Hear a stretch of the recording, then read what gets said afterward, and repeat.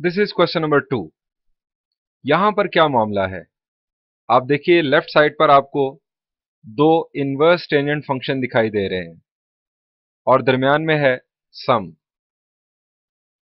और right side पर है एक इनवर्स टेंजेंट फंक्शन।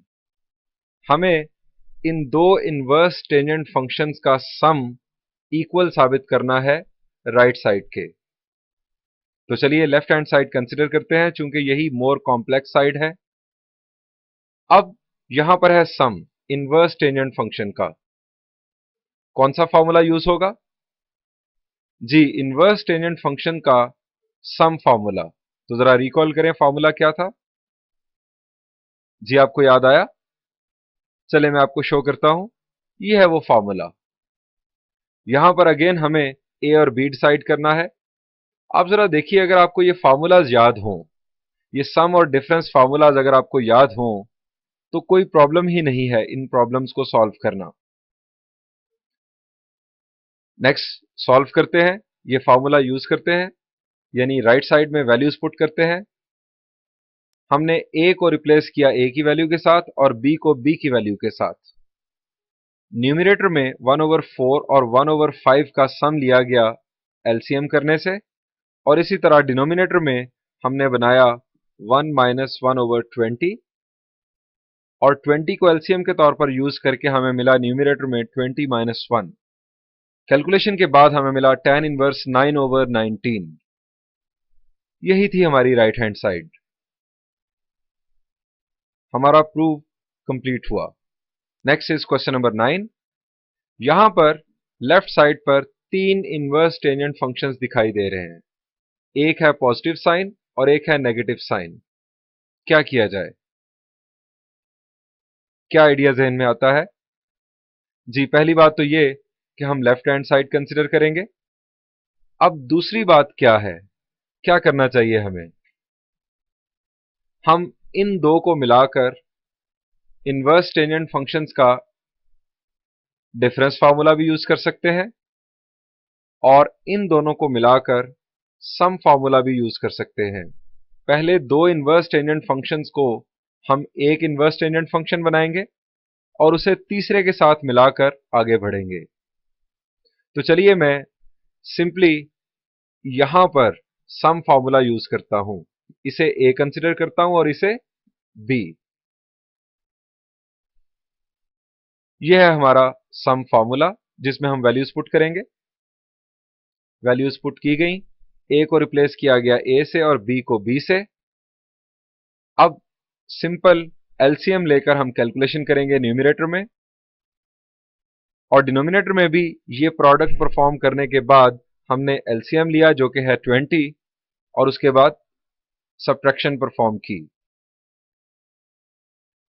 अब यहां पर ये 20 के साथ कैंसिल होगा। न्यूमरेटर में हमें मिलेगा 15 + 12 दैट विल बी 27, और डिनोमिनेटर में 20 - 9 दैट विल बी 11।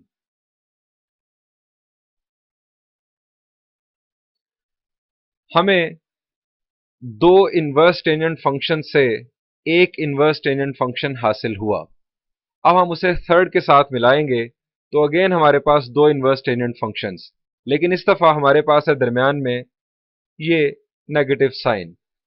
अब हमें इनवर्स टेंजेंट फंक्शंस का डिफरेंस फार्मूला रिकॉल करना होगा, क्योंकि वो अब यहां यूज होगा। तो जरा रिकॉल करें। चलें मैं भी रिकॉल करता हूं, यह है वो फार्मूला।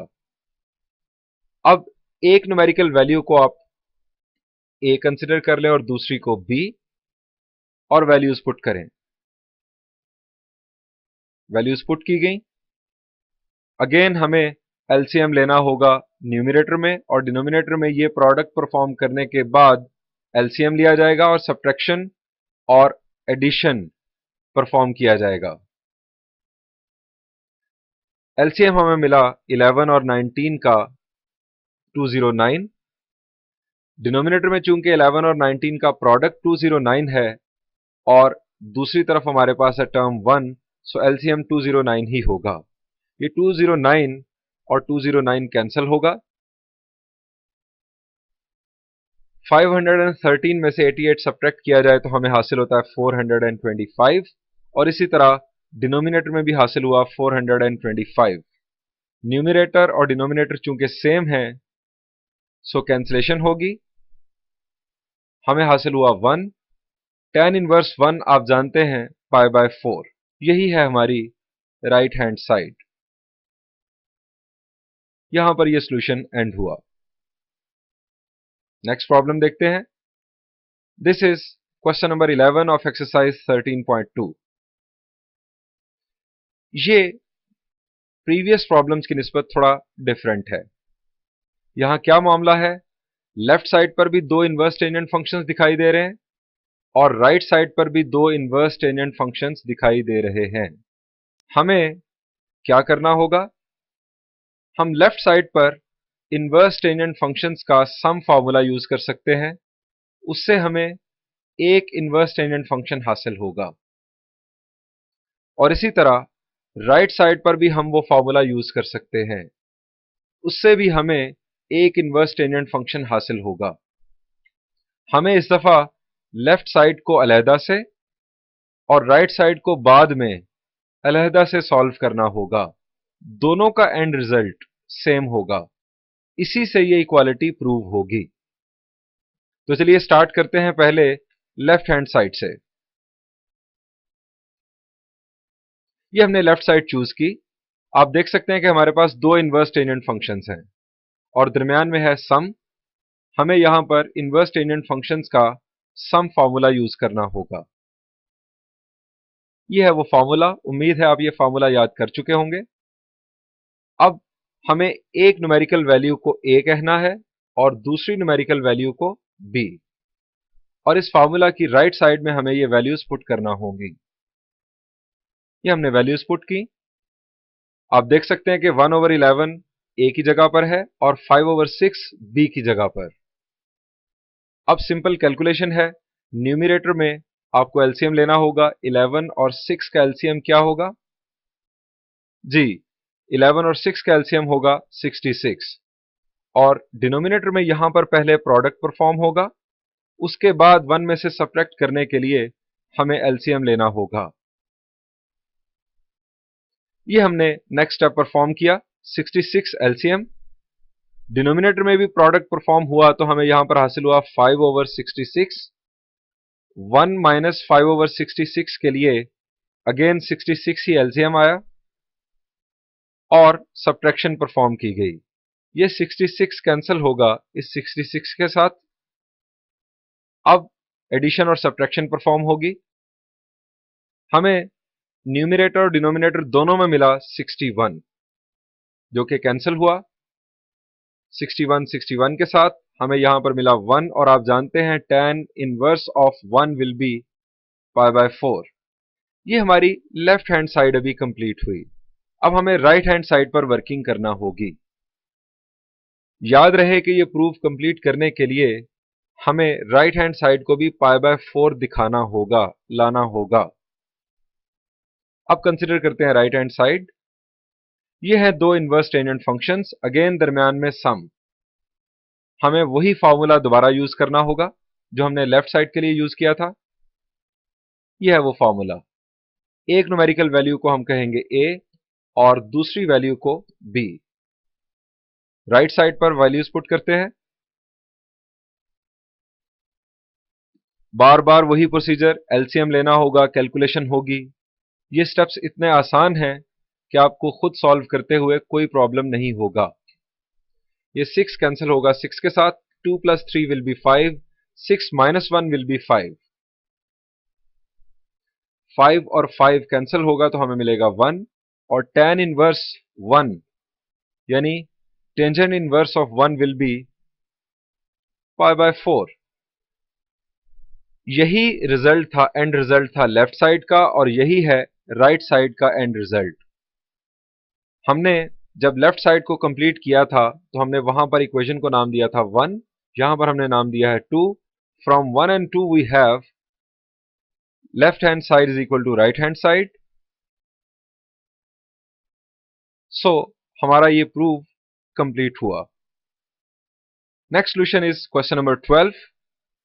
यहां पर पिछले प्रॉब्लम्स की निस्बत एक और चेंज आ गया। चेंज क्या है अगर आप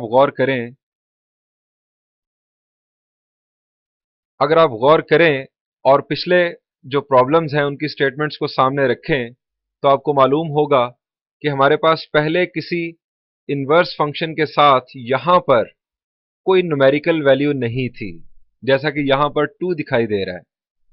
ऐसी कोई सिचुएशन नहीं थी। अगर आप डायरेक्टली अप्लाई करने की कोशिश करेंगे इनवर्स टेंजेंट फंक्शंस का सम formula, left hand side consider करने के बाद यह है वो फार्मूला, तो ये फार्मूला यहां पर अप्लाई नहीं हो सकेगा। उसकी वजह क्या है? आप अगर इस फार्मूला की लेफ्ट साइड को देखें तो tan इनवर्स ए और टेंजेंट इनवर्स बी, इनके साथ यहां पर जो कोएफिशिएंट्स हैं वो 1 हैं,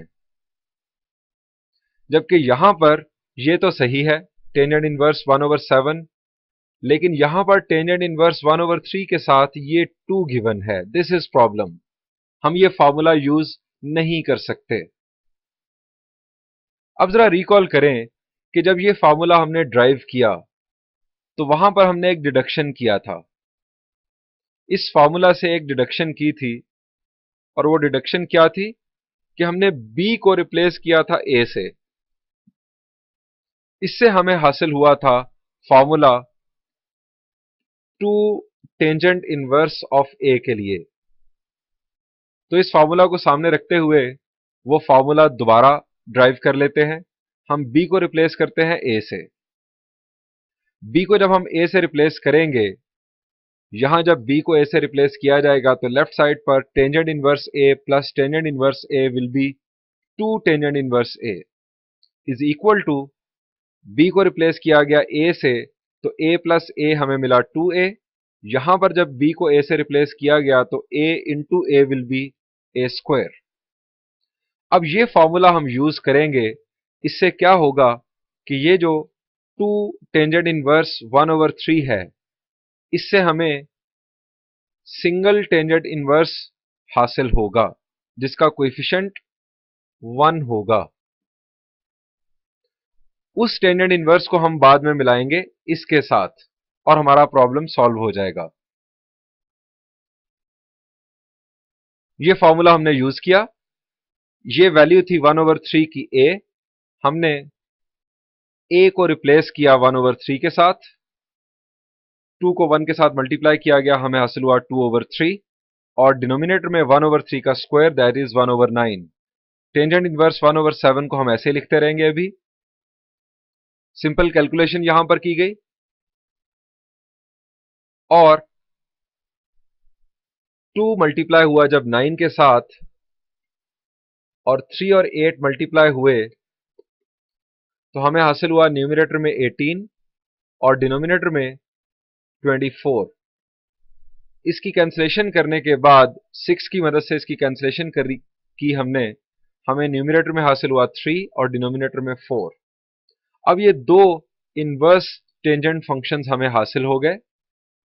अब हम सिंपल सम वाला फॉर्मूला यूज कर सकते हैं।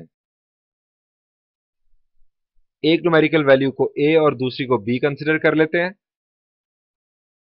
ये हमने a और b की वैल्यूज पुट की। सिंपल कैलकुलेशन, ये कैलकुलेशन पहले बहुत दफा एक्सप्लेन कर चुका हूं आपको। टेंजेंट इनवर्स 25/25 कैंसलेशन हुई, हमें हासिल हुआ π/4 और यही था रिक्वायर्ड रिजल्ट। यहां पर इस प्रॉब्लम का सॉल्यूशन एंड हुआ।